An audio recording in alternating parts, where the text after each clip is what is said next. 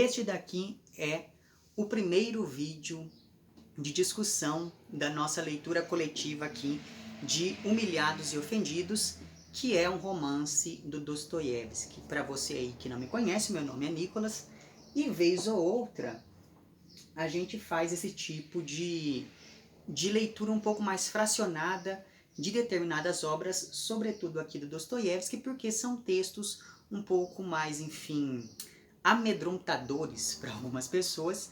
Então, com esse tipo de vídeo eu percebo que com os comentários, né, tanto os meus quanto os de vocês, na seção de comentários ao vídeo, de fato, com esses comentários muita gente acaba, enfim, tendo uma leitura um pouco mais leve, tendo contato um pouco mais interessante com o texto, e exatamente por conta disso, então, eu resolvi dar prosseguimento a essa prática aqui com Humilhados e Ofendidos, que é um romance intermediário entre o período inicial e a maturidade da obra do Dostoiévski. Só que apesar de ter sido o primeiro livro publicado no período pós-siberiano, em 1861, porque o Dostoiévski foi preso e enviado a um campo de trabalhos forçados na Sibéria durante um longo tempo, apesar disso, Humilhados e Ofendidos estabelece um diálogo muito direto com o primeiro romance do Dostoiévski, que foi O Gente Pobre, publicado originalmente em 1843. Já existe um vídeo aqui sobre o Gente Pobre, então vou deixar o link para uma playlist lá embaixo, onde constam vários vídeos sobre vários livros deste mesmo autor, porque daí isso facilita bastante na hora dessa discussão aqui. Mas enfim, como eu já disse em outros vídeos desse mesmo estilo, faz parte dos interesses do Dostoiévski descrever nessas obras de maturidade, ou nessas obras do período pós-siberiano, as várias tensões e contradições que ele encontrou na Rússia depois que ele voltou do exílio.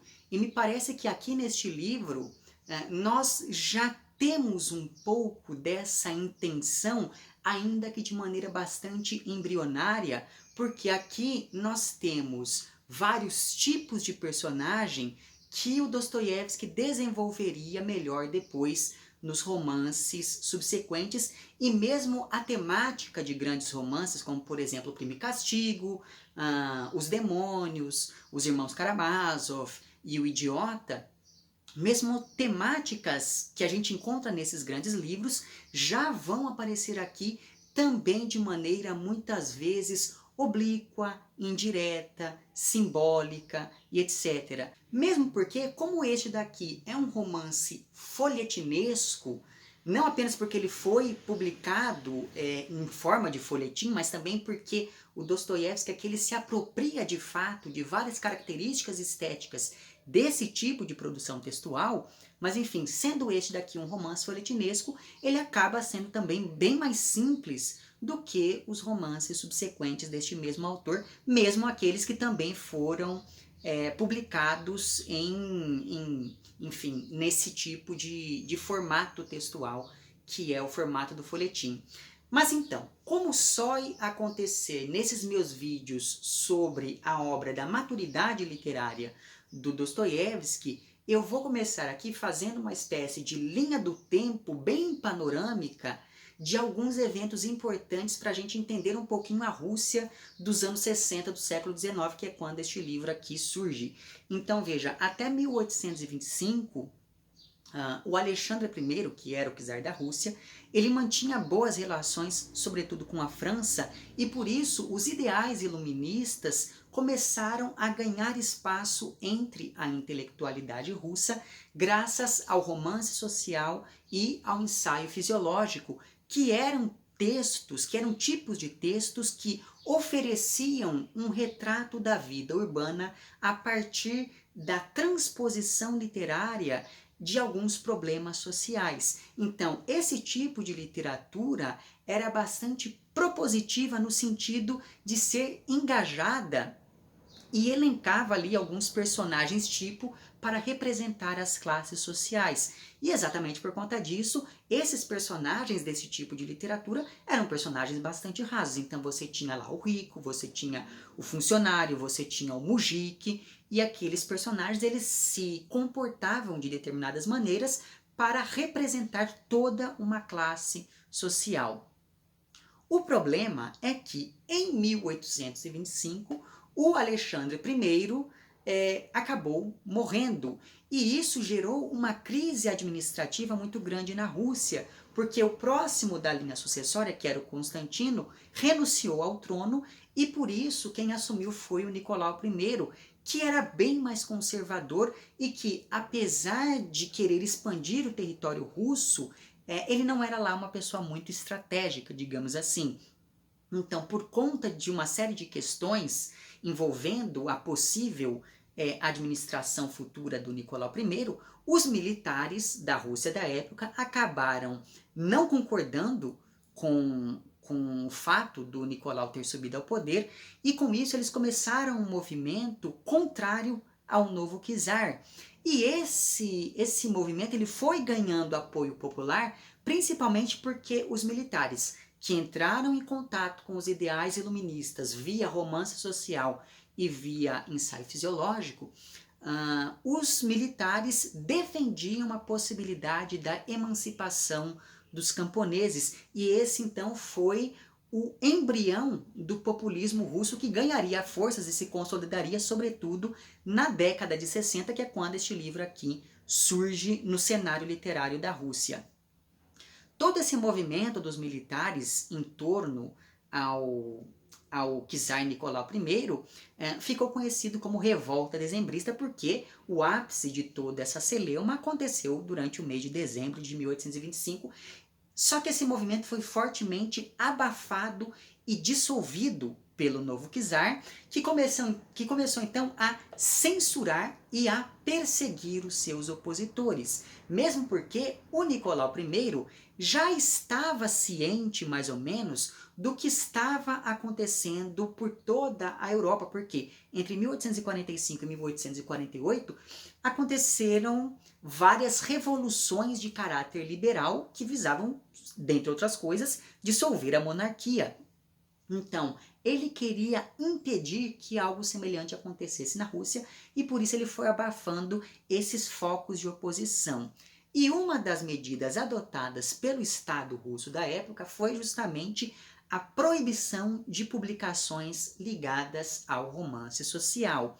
E nesse mesmo período, coincidentemente, os textos do Hoffmann, que é um autor muito importante para o romantismo alemão, os textos do Hoffmann, que sobrevalorizavam a realidade subjetiva e tratavam de temas ligados ao mistério, ao gótico, ao sobrenatural e a toda uma série de temáticas caras ao idealismo alemão, esses textos do Hoffmann acabaram eles começaram a ser publicados na Rússia, eles começaram a ganhar traduções em russo. Então veja, o romantismo russo ele tem basicamente duas vertentes, se a gente for para pensar nesse cenário deste período inicial, né, dessa primeira metade do século XIX. Então você tem uma vertente do romantismo russo ligada ao idealismo alemão e outra ligada ao romance social francês.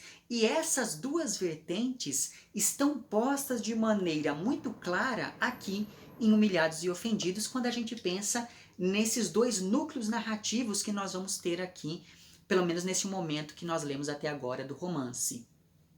E é justamente nesse período que se articula a chamada Escola Natural, que tratava de temas muito caros ao realismo, mas a partir de uma expressão sentimental própria do romantismo. Eu já falei um pouquinho sobre tudo isso, sobretudo no vídeo que eu fiz sobre o Capote do Gogol, porque esse é um texto que se adequa muito bem a essa postura da escola natural que surge neste mesmo período. Então veja, quando o Dostoiévski publica o primeiro livro dele em 43, que é lá O Gente Pobre, ele foi quase automaticamente associado à estética da escola natural, e como Humilhados e Ofendidos recupera e dialoga com este romance de estreia, essa estética vai estar muito presente aqui, ainda que de maneira indireta. Muito bem. Aí, quando a gente pensa em todo esse panorama político da Rússia, que veio depois lá do Nicolau I, nós temos o seguinte: em 23 de abril de 1849, Dostoiévski já era ali um escritor conhecido no meio literário, aquela coisa toda. E daí o que acontece? O Dostoiévski, ele se aproximou de um grupo de intelectuais que faziam oposição ao Nicolau I, né? E o grande mentor desse grupo era um sujeito chamado Petrachevsky, tanto que o nome deste grupo é Círculo de Petrachevsky. O que acontece? Acontece que o Dostoiévski, ele começou a fazer barulho, ele começou a fazer leitura de textos em lugares públicos. Esses textos criticavam uma postura mais conservadora, esses textos atacavam diretamente o czar, esse tipo de coisa. E daí o que acontece? Na noite do dia 22 para o dia 23 de abril de 49, o Dostoiévski foi preso e ficou detido por 8 meses por ter se envolvido com esse círculo de Petrachevsky, que era então esse grupo de intelectuais contrários ao Nicolau I. Depois disso, o Dostoiévski foi condenado à morte, mas aí depois a pena foi comutada para 4 anos de trabalho forçado na Sibéria e depois mais alguns anos de serviço militar. Só que aí em 1859, ou seja, 10 anos depois, o Dostoiévski pediu a sua aposentadoria porque ele foi diagnosticado com epilepsia, então ele tinha que se cuidar, e daí o ambiente nada aprazível, digamos assim, da Sibéria e dos campos de trabalho, essa coisa toda, estavam fazendo mal à sua saúde, então ele acabou se afastando, pediu a sua aposentadoria e conseguiu de fato voltar para casa. Quer dizer, antes disso, ele ficou ainda um tempo, até ele ter essa autorização, etc e tal, ele não podia voltar para São Petersburgo. Ele ficou 2 anos vagando de cidade em cidade até ele ter essa autorização e poder voltar. Mas enfim, nesse meio tempo, entre 1853 e 1856, enquanto Dostoiévski estava preso, aconteceu a Guerra da Crimeia e a Rússia perdeu. E com essa derrota fragorosa, aconteceu uma crise econômica muito grande na Rússia, e o czar teve que vender, por exemplo, o território do Alasca aos Estados Unidos para tentar recuperar um pouco daquilo que havia sido perdido. Além disso, em 1855, um ano antes do fim da guerra, o Nicolau I morreu e em 56 assumiu o Alexandre II, que para tentar salvar ainda mais, aquecer ainda mais a economia, ele resolveu modernizar a Rússia por meio de uma série de reformas trabalhistas, e com isso aconteceu a emancipação dos escravos em 1861, mesmo ano da publicação aqui deste livro. Ele fez uma série de reformas de cunho administrativo, então ele fez uma reforma no exército, uma reforma na burocracia, uma reforma no sistema penal, e essa reforma do sistema penal é muito criticada pelo Dostoiévski lá nos Irmãos Karamazov, né, que é outro dos livros deste mesmo autor, sobre o qual nós já fizemos uma leitura coletiva por aqui. E para além disso, o Alexandre II fez uma série de reformas arquitetônicas que envolveram, sobretudo, a urbanização de Moscou e de São Petersburgo, essa urbanização foi patrocinada pela França e pela Alemanha, que passaram então a influenciar cada vez mais a sociedade russa, aumentando o processo de ocidentalização daquele país, que antes acontecia de maneira bem vagarosa. Então, graças a essa influência crescente da França e da Alemanha na Rússia, o socialismo, que já estava consolidado entre os intelectuais russos desde pelo menos a década de 40, esse socialismo ele foi se modificando, principalmente por conta do materialismo do Feuerbach, por exemplo, que começou a ganhar força na Rússia de maneira cada vez mais potente. Além disso, com essas reformas na burocracia e com o desenvolvimento urbano de Moscou e São Petersburgo, o socialismo foi se tornando cada vez mais radical a partir dos anos 60. Por quê? Os socialistas utópicos da década de 40, que é a geração do Dostoiévski, eles eram filhos de médicos, de proprietários rurais, de aristocratas, de senhores de escravos e coisas do tipo. Já os socialistas radicais da década de 60 eram filhos de burocratas e filhos de trabalhadores braçais dos centros urbanos. Então, a tendência foi mesmo esse distanciamento do idealismo da geração de 40 e uma aproximação do materialismo a partir da geração de 60. E todo esse conflito foi muito bem estabelecido pelo Turgenev em um romance dele chamado Pais e Filhos, que foi publicado em 1862, um ano depois aqui do Humilhados e Ofendidos, e inclusive já comentamos sobre Pais e Filhos por aqui, o link para o vídeo vai estar lá embaixo também. Mas enfim, então veja, essa mudança nos ideais, principalmente socialistas, né, que foram se radicalizando cada vez mais, essas mudanças acabaram gerando uma cisão na intelectualidade russa. Então, por um lado, havia os ocidentalistas, que eram intelectuais favoráveis a essa influência externa, porque acreditavam que apenas com uma postura radical é que haveria de fato uma mudança na sociedade. Mas, por outro lado, havia o grupo dos eslavófilos, que eram os intelectuais que acreditavam que essa influência,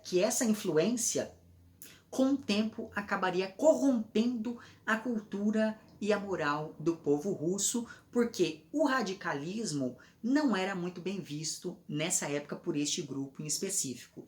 Então, quando Dostoiévski volta a São Petersburgo em 1859, ele se depara com todas essas mudanças e passa por um dilema muito grande, porque esse novo socialismo, por ele ter bases materialistas muito bem consolidadas, esse novo socialismo, digamos, ele não admitia diretamente uma postura religiosa. E o Dostoiévski acabou se convertendo durante esse seu período de exílio. Então, por mais que ele tenha sido um revolucionário quando jovem, ele foi preso por ser revolucionário, ele foi aos poucos se tornando um eslavófilo com o passar do tempo, porque ele acreditava que esse novo cenário ideológico seria potencialmente perigoso por desconsiderar a moral. Então, se o que vale é a vontade individual e se a matéria precede a ideia, isso poderia ser usado para justificar atos questionáveis segundo a lógica do Dostoiévski. E ele fez todo um romance sobre isso, que é talvez um dos grandes romances políticos da literatura russa, e eu estou falando aqui de Os Demônios, que nós também lemos coletivamente por aqui.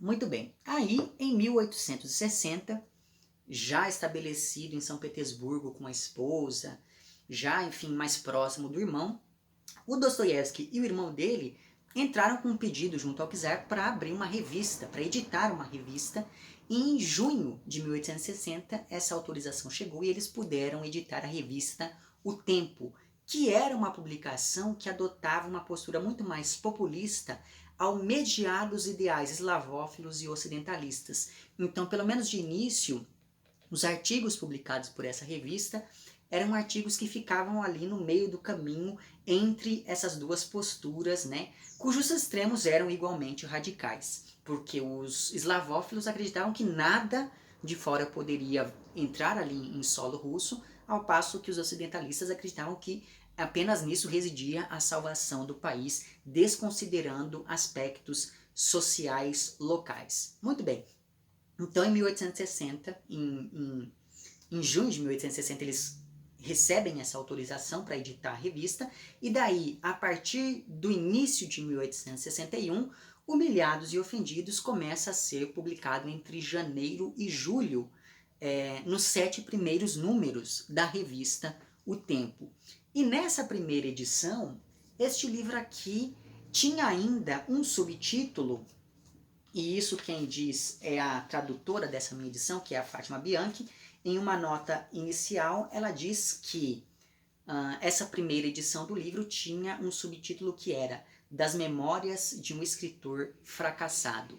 Muito bem, então nessa primeira edição havia esse subtítulo que foi suprimido nas edições subsequentes, né? Além disso, segundo essa nota aqui da Fátima Bianchi, o Dostoiévski foi aos poucos burilando este texto, mesmo quando a gente pensa no estilo, conforme ele foi republicando o livro nos anos seguintes, o que demonstra bem esse caráter de transição que geralmente é associado ao romance. E por fim, apesar do título, né, Ser Humilhados e Ofendidos, esse daqui não é um romance social, na medida em que, apesar de ter um tom ali bastante melodramático, ele não parece ser muito propositivo em relação a nada. Então ele expõe todas essas agruras dos personagens aqui, mas aí a gente vai percebendo algumas coisas que demonstram que não existe aqui uma intenção de fazer uma literatura engajada ou alguma coisa do tipo, como o título poderia sugerir em um primeiro momento. Isso porque este livro aqui, como eu disse, ele assume características que são típicas do folhetim, né? Então aqui nós temos, por exemplo, as antecipações do enredo e as reviravoltas que mantêm o interesse do leitor. Então em vários momentos o narrador diz, mas eu vou falar disso depois, isso é uma outra história, coisa do tipo. Além disso, esse livro aqui tem um tom sentimental que tenta nos comover em vários momentos. Existe aqui o exagero e o sentimentalismo que são extremados. Existe aqui uma atmosfera densa, cheia de mistérios, de intrigas, de segredos.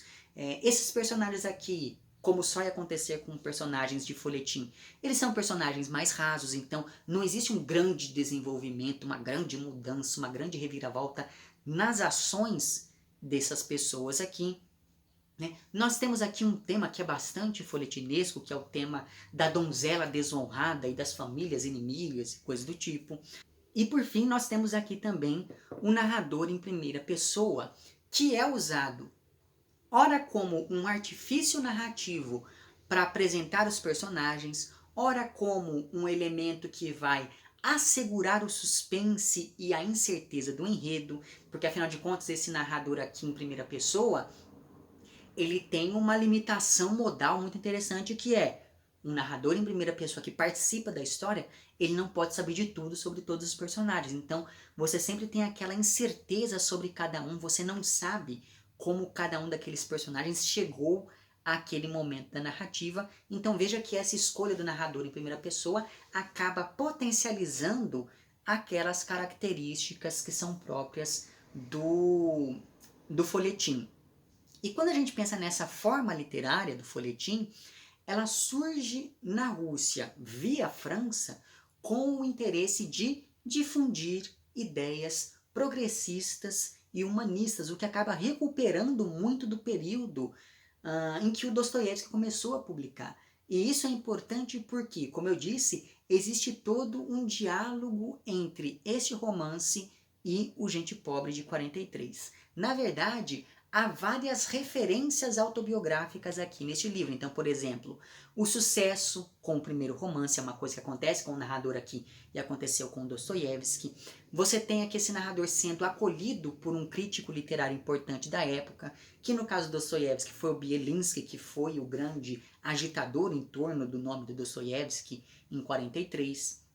Além disso, o Ivan aqui, que é o narrador, ele tem uma espécie de doença nervosa e o Dostoiévski tinha sido diagnosticado com epilepsia, então veja que existe uma série de questões que aproximam o Ivan, que é o narrador, do Dostoiévski em si.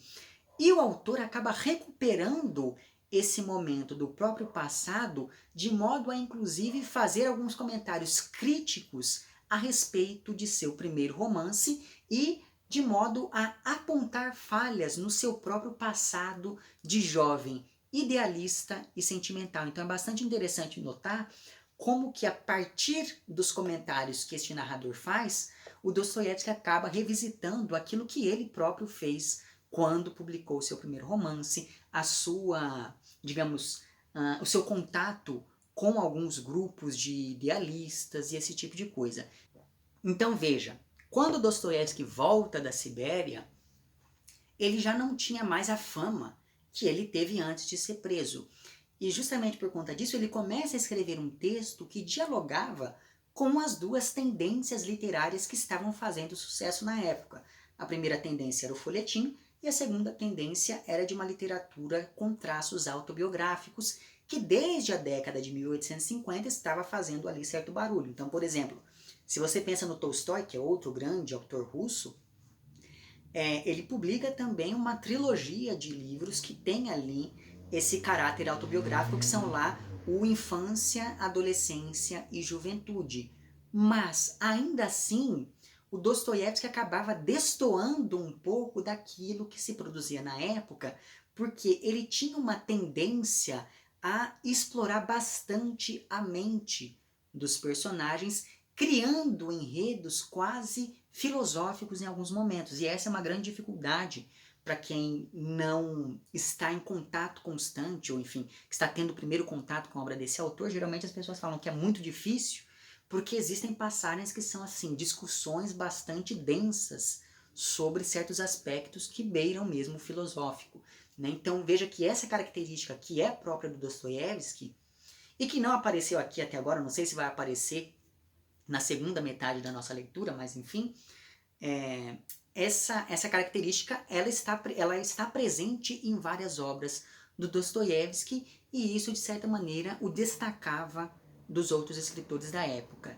Mas o fato é que, independente disso, o livro acabou fazendo certo sucesso junto ao público e angariou apenas alguns poucos comentários negativos da crítica. Só que, ainda assim, apesar de todo esse sucesso, etc, etc, etc, a minha impressão sobre esse livro é que este é um romance fraco.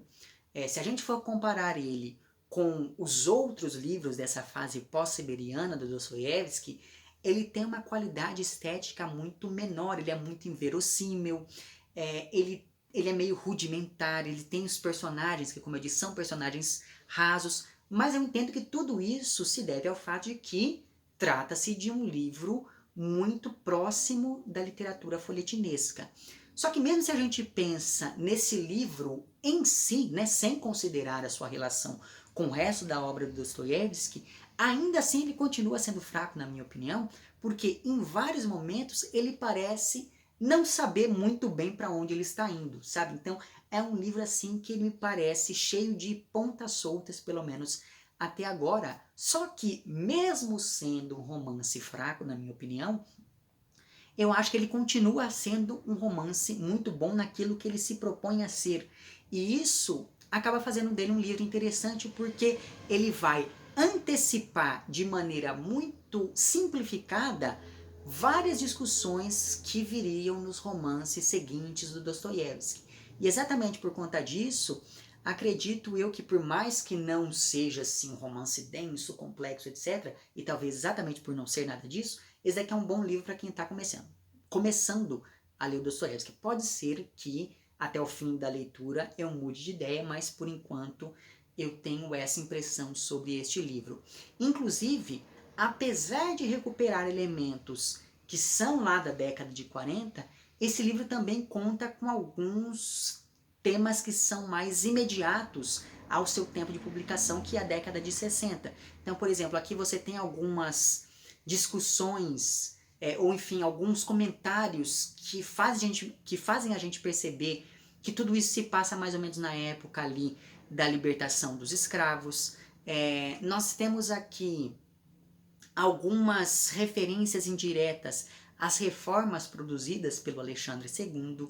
Nós temos aqui, sobretudo quando a gente pensa na Natasha, o tema da emancipação da mulher, que era um tema que estava ganhando fôlego na Rússia naquele período, né, dos anos 60, porque veja, ainda que as ações da Natasha fossem questionáveis e mesmo inadmissíveis para a sociedade da época, porque afinal de contas ela abandona a família e foge ali com o Alyosha, apesar disso o narrador nunca execra, ele nunca condena essa personagem. Na verdade, parece que ele tenta mostrar em vários momentos que há muito pouco que a desabone moralmente, ainda que nem sempre isso pareça convincente, pelo menos isso não me convenceu na maioria das vezes. Além disso, há ainda aqui e ali, em vários momentos, algumas referências à rusga entre os eslavófilos e os ocidentalistas, ou pelo menos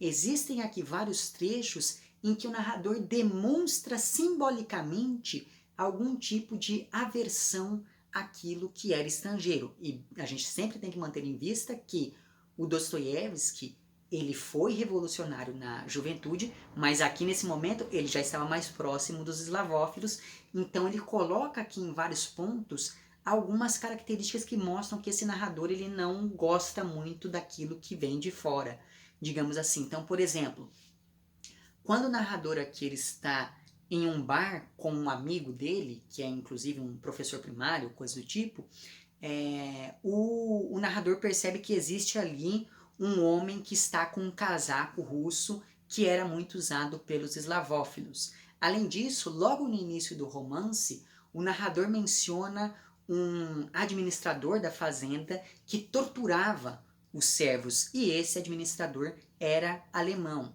Além disso, todo o primeiro capítulo do livro aqui gira em torno de um senhor que frequentava um bar alemão e acabou sendo humilhado naquele espaço, e naquele mesmo momento ele acabou, enfim, morrendo, e aquela coisa toda, uma coisa bem dramática que acontece logo no primeiro capítulo do livro.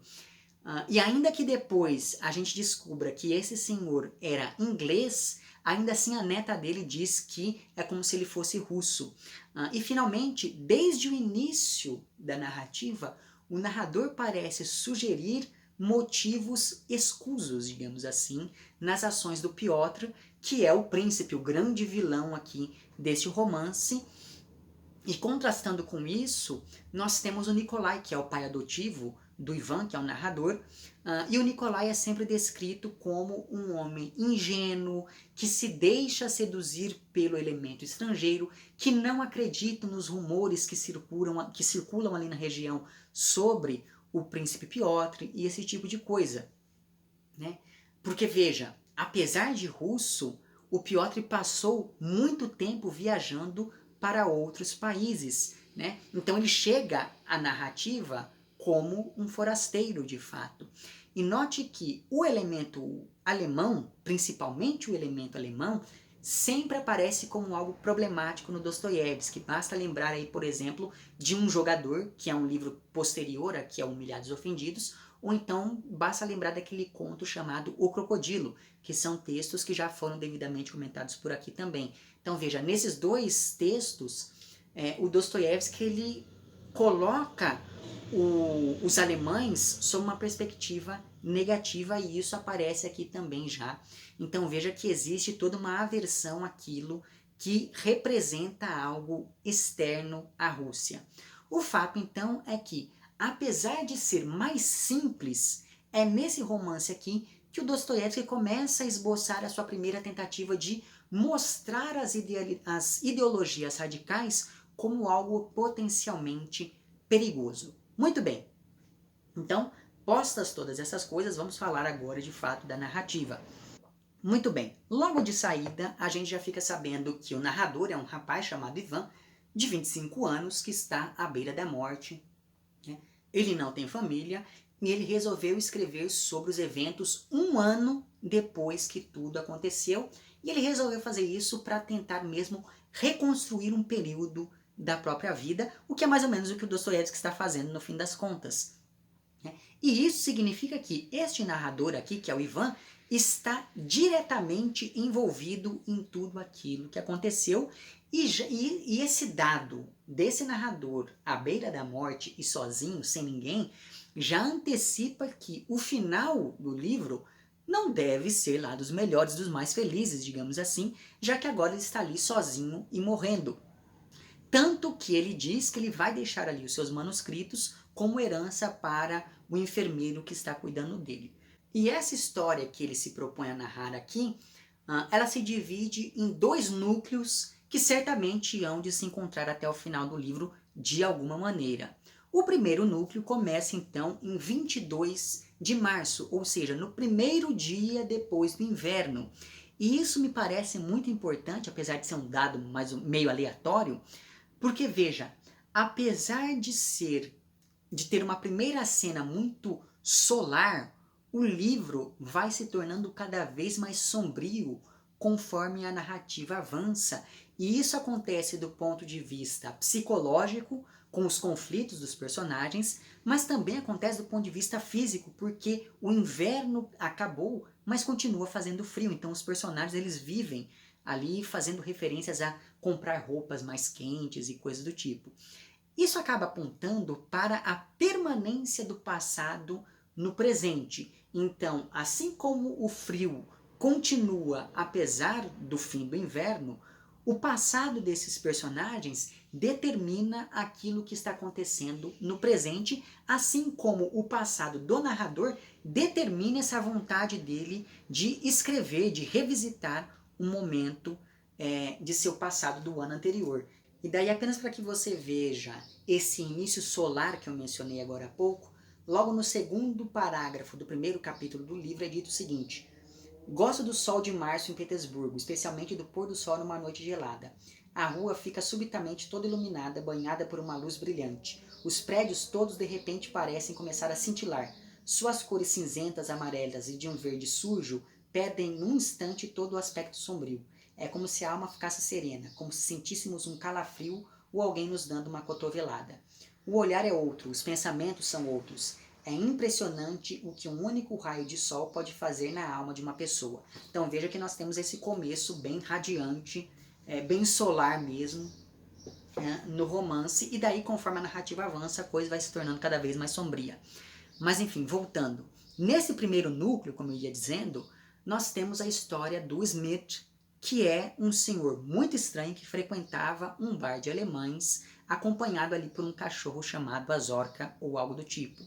E o narrador diz que essas duas figuras parecem personagens saídos de um conto do Hoffmann, mas enfim, e isso já permite fazer essa conexão entre este texto e um determinado tipo de literatura romântica. Pois bem, um belo dia, o cachorro desse senhor morre ali no bar, e o senhor fica tão transtornado que acaba morrendo também. E o narrador presencia tudo isso porque o comportamento estranho do Smith havia lhe chamado a atenção, de modo que o narrador decidiu seguir esse sujeito. E como o Ivan, que é o narrador, estava procurando ali um lugar para morar, ele decidiu ficar com um apartamento que era alugado por esse senhor que morreu. E dias depois do enterro, chega a esse apartamento a neta do Smith procurando pelo avô, né? A neta é uma menina ali de 13 anos, que é a típica criança abandonada, que passou por todos os tipos de abuso e privações possíveis antes de ser finalmente resgatada pelo herói do romance, que vai ser o narrador. Então, a mãe dessa menina morreu de tísica, ela ficou morando com uma senhoria que se achava no direito de explorar essa menina das mais diferentes maneiras para tentar cobrar pelo enterro da mãe. Além disso, segundo a própria menina, que se chama Nelly, a mãe fugiu de casa ainda jovem e aparentemente por conta dessa fuga, o avô, que é o Sr. Smith, acabou perdendo muito dinheiro. Então, quando a mãe e a filha voltaram para São Petersburgo, a menina começou ali a pedir esmolas para poder dar de comer ao avô, esse tipo de coisa. Então, quanto ao pai dessa menina, ela não revela aqui qual é a sua identidade, e isso acaba gerando certo suspense e faz com que o leitor tente estabelecer conexões para saber quem pode ser o pai dessa menina. Mas enfim, por ter passado por muitos traumas, a Nelly, que é a personagem de 13 anos, desconfia de todo mundo e não acredita na bondade genuína do narrador. Na verdade, em vários momentos ela é descrita quase como se fosse ali um animal meio acuado em um canto. E por falar nas descrições dessa personagem, elas me fizeram lembrar um pouco daquele tom sentimental usado pelo Victor Hugo em algumas passagens de Os Miseráveis, e ao mesmo tempo essa personagem me fez lembrar bastante aquela menininha, cujo nome eu não me lembro agora, que é uma das personagens dos anos de aprendizagem de Wilhelm Meister, que é um livro do Goethe, né, que é o primeiro livro considerado como sendo um romance de formação. Nesse livro do Goethe existe uma menininha que é, assim, praticamente a mesma personagem que o Dostoiévski cria aqui nesse seu livro. Mas o fato, então, é que o Ivan acha essa menina muito curiosa, digamos assim, e por isso ele decide intervir na situação depois de ver como essa menina era tratada pela tal senhoria. Então, com a ajuda de um amigo, ele decide resgatar a Nelly e passa a morar com ela no apartamento que era do Sr. Smith, vulgo avô da menina. Inclusive, esse amigo do narrador, que tem um nome muito esquisito, mas enfim, esse amigo do narrador é uma figura bastante interessante porque, apesar de viver ali com um pé no submundo, digamos assim, ele é um bêbado inveterado e coisa do tipo, ele ainda tem alguma coisa que o aproxima de uma figura tão virtuosa quanto é o Ivan, ou seja, o narrador. Então, é como se esse amigo fosse um intermediário entre o idealismo do narrador e o materialismo de alguns outros personagens, o que é uma coisa muito curiosa. Inclusive, é graças a essa ambivalência que esse amigo consegue se adequar muito bem à lógica que organiza a estrutura social. E daí existe aqui um trecho falando sobre este amigo, que está na página 147 e na página 148, em que é dito o seguinte. Esse aqui é o amigo falando. Estudei para ser doutor, me preparei para ser professor de letras russas, escrevi um artigo sobre Gogol, quis ser proprietário de uma mina de ouro e pretendia me casar. Qualquer alma viva anseia por algo doce, e ela consentiu, embora em casa a fartura fosse tanta que não tinha nem com o que tirar o gato da toca. Para a cerimônia de casamento, já estava para pedir emprestado um bom par de botas, porque as minhas já estavam furadas havia 1 ano e meio. Mas não me casei. Ela se casou com um professor e eu fui trabalhar num escritório. Isto é, não num escritório comercial, mas num escritório mesmo. E eu agora, embora não tenha emprego, ganho dinheiro fácil, aceito subornos e defendo causas justas. Sou valente com os cordeiros e cordeiro com os valentes. Então veja que esse sujeito aqui, ele tem algo do idealismo do narrador, né? Ele fala que ele queria ser professor e que ele estudou para ser professor de letras russas e ele escreveu artigos sobre o Gogol, ele queria se casar, etc, etc. Mas ao mesmo tempo, como a vida dele é difícil, ele sabe que ele não pode viver só no plano das ideias e por isso ele se adequa melhor àquilo que a sociedade tem a lhe oferecer. Mas então veja, esse primeiro núcleo que nós temos aqui, ele tem toda uma atmosfera de mistério que torna tudo cada vez mais sombrio. Não por acaso existe aqui essa referência direta lá ao Hoffmann, né? Que os textos do Hoffmann têm essa atmosfera sombria de mistério também. Tanto que a parte aqui que nós lemos para essa primeira conversa, ela termina justamente narrando algo sobre a vida da Nelly, e o narrador diz o seguinte, esse trecho que eu vou ler aqui está na página 194. Isso daqui o narrador está falando sobre a Nelly, né, sobre a difícil história de vida dela, e daí ele diz o seguinte: era uma história terrível, era a história de uma mulher abandonada que sobrevivera à própria felicidade, doente, esgotada e desprezada por todos, rechaçada pela última criatura com quem poderia contar, o pai, que outrora fora ofendido por ela e, por sua vez, de tanta humilhação e sofrimento insuportáveis, perdera o juízo. Era a história de uma mulher levada ao desespero, que andava com a filha que considerava ainda uma criancinha pelas ruas frias e sujas de Petersburgo pedindo esmola. Uma mulher que passou longos meses agonizando no porão úmido e a qual o pai negou o perdão até o último instante da vida e só no último segundo, quando caiu em si, correu para perdoá-la, mas encontrou apenas um cadáver frio no lugar daquela que ele mais amou, que ele amou mais do que tudo neste mundo. Era a estranha história da relação misteriosa e quase incompreensível de um velho que perdera o juízo e a sua netinha, que apesar de sua tenra idade já o compreendia, já compreendia muito daquilo que os outros não chegam a compreender em anos inteiros de uma vida fácil e abastada. Era uma história sombria, uma daquelas histórias sombrias e torturantes que se desenrolam com frequência de modo misterioso e quase imperceptível sob o pesado céu de Petersburgo. Então veja o contraste entre esse trecho que eu li e o trecho lá do primeiro capítulo, né? Tudo isso por quê? Por conta dessa atmosfera que vai sendo criada em torno dos personagens deste primeiro núcleo. Já o segundo núcleo, que recupera muito mais o romance sentimental a tratar de um casal de jovens amantes que fogem de casa por conta de um impedimento amoroso, etc. e tal, esse segundo núcleo fala um pouco da relação entre o Ivan e a família dos Yekmeniev, ou algo do tipo.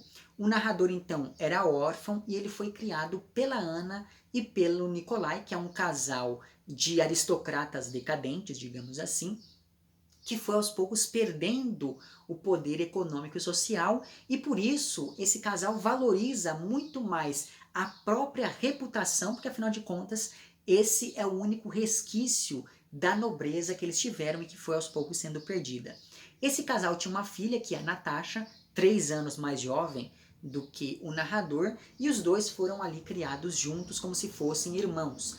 E o Ivan narra todo esse período da infância de modo bastante sucinto, mas ao mesmo tempo mantendo um tom sempre sublimado, idílico e sentimental. Inclusive, uma coisa bastante interessante, bastante curiosa, é que o narrador diz aqui que ele e a Natasha costumavam ler textos de um autor chamado Nikolai Karamzin, que é o mesmo autor de Pobre Lisa, um conto que por si só já evoca toda essa ideia de uma atmosfera e de uma literatura sentimentais.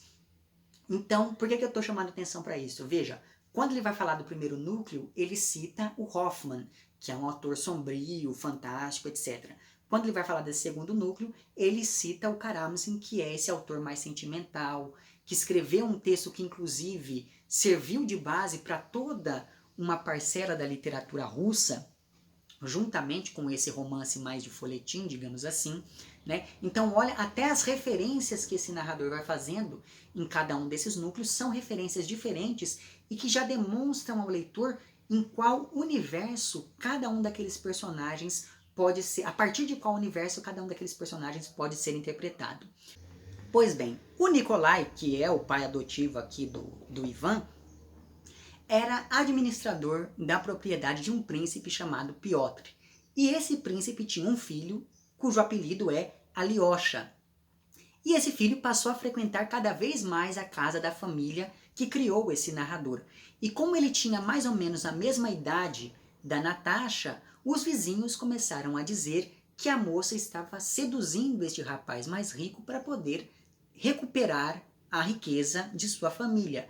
Evidentemente que esses boatos, como aquela era uma cidadezinha pequena do interior, esses boatos chegaram ao príncipe e uma vez que ele tinha planos de casar o filho com uma moça rica, ele decidiu que o melhor a fazer seria afastar o filho da Natasha.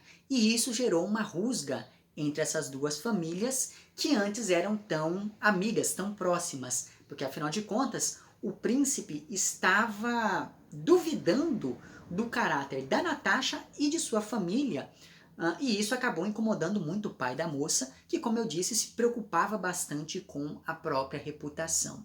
O tempo foi passando, a Natasha acabou sendo prometida em casamento para o narrador, depois que ele se tornou ali um escritor de certa fama, de certo prestígio, até que um dia a Natasha simplesmente fugiu de casa para poder viver com o Alyosha.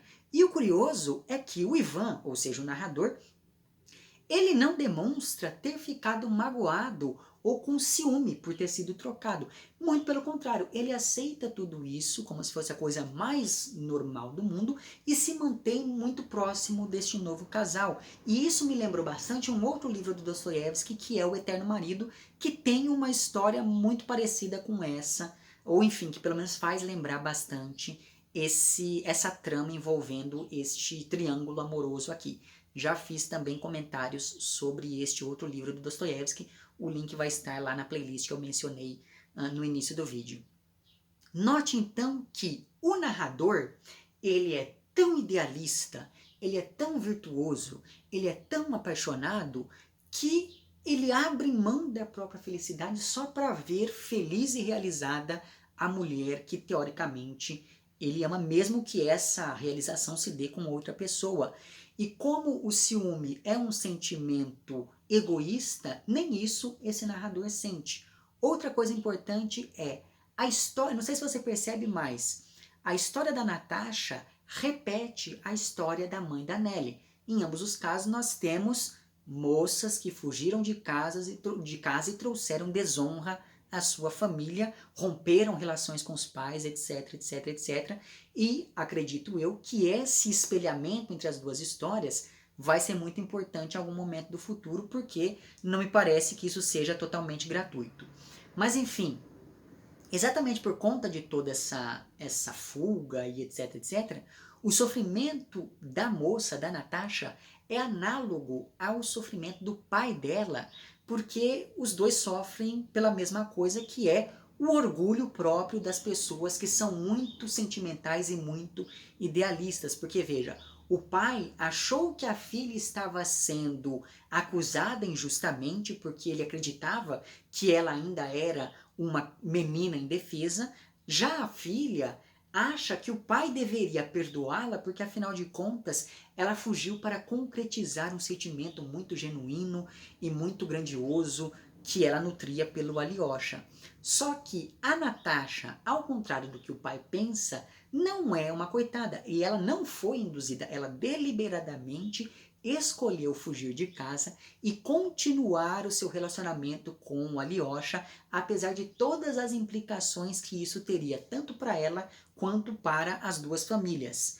Já esse sentimento amoroso que a moça sentia pelo Alyosha, na verdade, é um sentimento bastante problemático e bastante doentio, no fim das contas, até para ela mesma, né? Porque, veja, ela aposta todas as suas fichas em um relacionamento fadado ao fracasso, e isso está na cara para qualquer pessoa ver.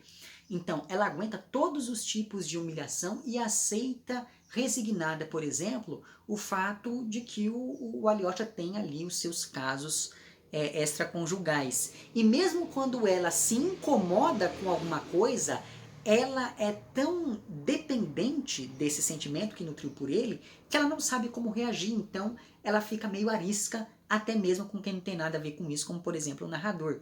O que demonstra que essa não é uma personagem lá muito complexa.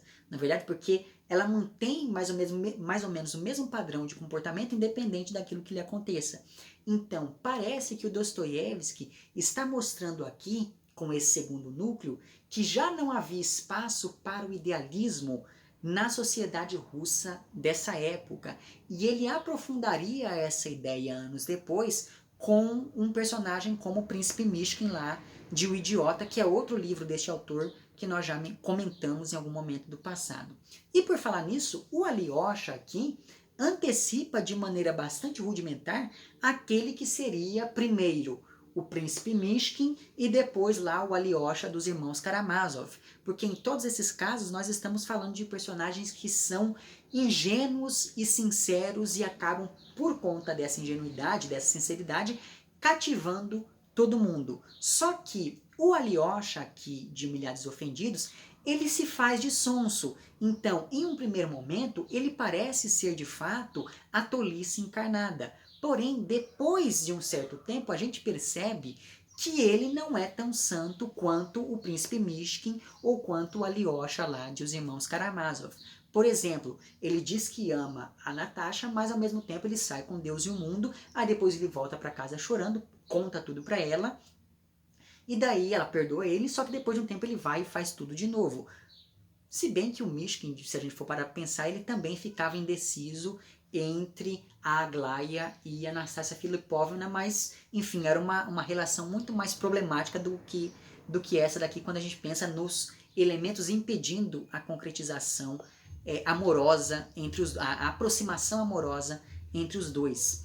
Mas o fato, então, é que, enquanto o Príncipe Mishkin, lá do Idiota, tinha um ar de santidade, enquanto o Alyosha dos irmãos Karamazov ia morar em um convento e coisa do tipo, o Alyosha aqui de Humilhados e Ofendidos, ele se limita a ser muito mais instintivo, digamos assim. Então, ele não está contando a verdade porque ele é bom. Ele está contando a verdade porque ele não consegue mentir. Então, veja, é muito mais uma questão de instinto do que uma questão de bondade de fato. E é por isso que ele consegue se dar bem com todo mundo em um primeiro momento. E como ele é muito cativante, todo mundo o trata como se ele fosse uma criança inconsequente, uma pessoa que não tem responsabilidade por aquilo que faz, esse tipo de coisa. Mas ao fim e ao cabo, ele só causa problema na vida de todo mundo, enquanto todo mundo passa pano para ele, como se ele estivesse em uma posição além de qualquer responsabilidade social, emotiva e etc. E finalmente, e existe um outro dado importante também, né? Não é porque o Alyosha aqui não mente que ele se torna uma boa pessoa, muito pelo contrário, né? E isso me parece que a relação entre ele e a Natasha é uma relação que tem um caráter de uma agressividade passiva muito interessante unindo esses dois, e é por isso que é um relacionamento não tão genuíno quanto possa parecer em um primeiro momento. Mas enfim, finalmente o último personagem aqui desse segundo núcleo, e que particularmente é o meu personagem preferido, é o príncipe Piotr, pai do Alyosha.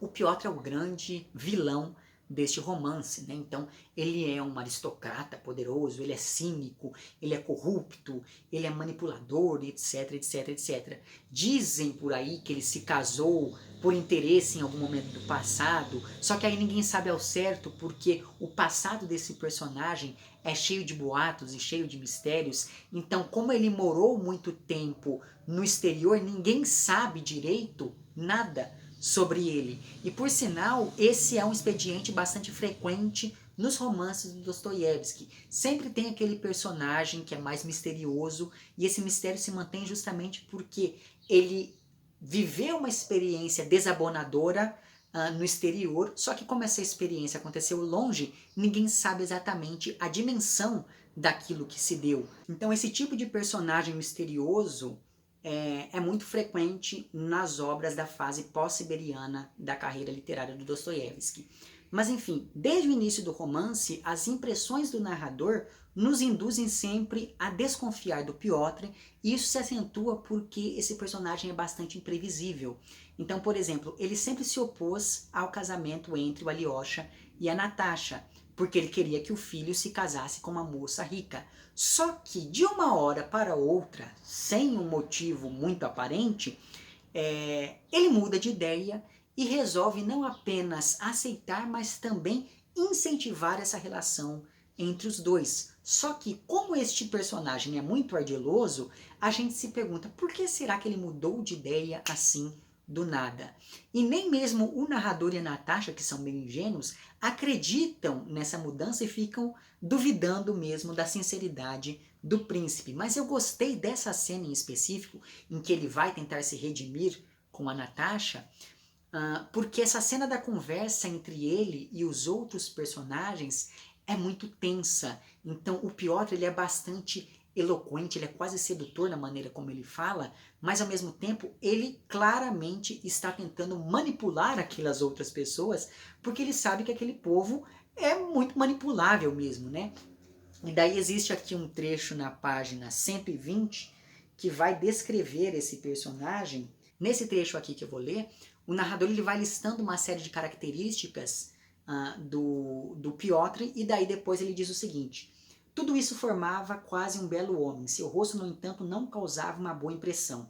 Esse rosto repugnava justamente pelo fato de que a sua expressão não parecia espontânea, mas sempre, por assim dizer, afetada, estudada, copiada, e surgia na pessoa uma convicção cega de que nunca conseguiria ver a sua verdadeira expressão. Olhando-o mais atentamente, começava-se a suspeitar de que sob aquela máscara invariável havia algo de maldoso, astuto e egoísta no mais alto grau, né? Outra coisa que me fez ficar assim com o pé atrás, né, com a pulga atrás da orelha em relação ao Príncipe Piotr foi o seguinte: aquele amigo do narrador, né, aquele que diz que estudou para ser professor de letras e que escreveu um artigo sobre o Gogol, etc, etc, aquele amigo do narrador diz que conhece o Piotr, mas veja, se esse amigo só anda com gente de índole duvidosa, eu fiquei me perguntando, de onde esses dois se conhecem? Porque o amigo do narrador é pobre. Esse sujeito aqui é o cara mais rico do livro. Qual foi o ponto de contato que uniu essas duas figuras de classes sociais tão diferentes, né? Mas enfim, apesar da minha desconfiança, eu gostei muito desse personagem porque, apesar de ser meio caricato, né? Ele parece aquela pessoa meio maquiavélica, ele me parece mais crível do que todos os outros personagens do livro. Então, ainda que aqui o mal seja sempre mal e o bom seja sempre bom, então o vilão, você olha pra cara dele e você já sabe que ele é mal. O bonzinho, ele é tão bonzinho que você pode fazer o que você quiser com ele que não tem problema. Mas enfim, ainda que exista essa divisão muito maniqueísta nos personagens deste livro, me parece que a caracterização do Piotr é mais interessante justamente porque a gente sempre fica pisando em ovos quando ele está em uma determinada cena. Ele é muito imprevisível, então isso gera uma tensão muito interessante. Então veja, ao fim e ao cabo, me parece que fora o Piotr, todos os outros personagens desse segundo núcleo deliberadamente escolhem tapar o sol com a peneira e negar a existência de pessoas ruins. Então, é o pai que pensa que a filha é uma criança enganada e que não acredita nos boatos sobre uma pessoa tão suspeita quanto o príncipe. É a filha que se apaixona e foge com um sujeito completamente irresponsável. É o narrador que não reage a nada do que está acontecendo. Enfim, só que esse comportamento desses personagens não leva a lugar nenhum.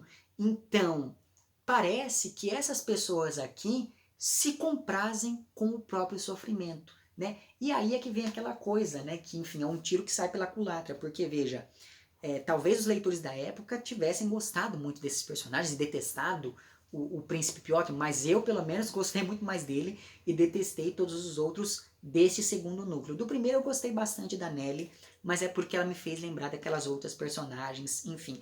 E ela também tem algo de misterioso na composição dela, e isso me atraiu bastante. Bom, com isso então, finalizei os meus comentários sobre essa primeira parte da leitura. Daqui a 15 dias, nós vamos conversar um pouco sobre a terceira e a quarta partes, mais o epílogo, e com isso nós encerramos aqui mais essa leitura conjunta, e mais para frente, em algum momento do futuro neste ano, nós voltamos aqui para falar um pouquinho sobre o adolescente, mas isso é uma história para outro pôr do sol, certo? Então, digam lá embaixo o que é que vocês já acharam de todos esses personagens, se vocês também tiveram essas impressões que eu acabei mencionando por aqui. Enfim, digam aí também se vocês gostaram ou não do vilão da história. E é isso, vemo-nos nos próximos vídeos e um amplexo.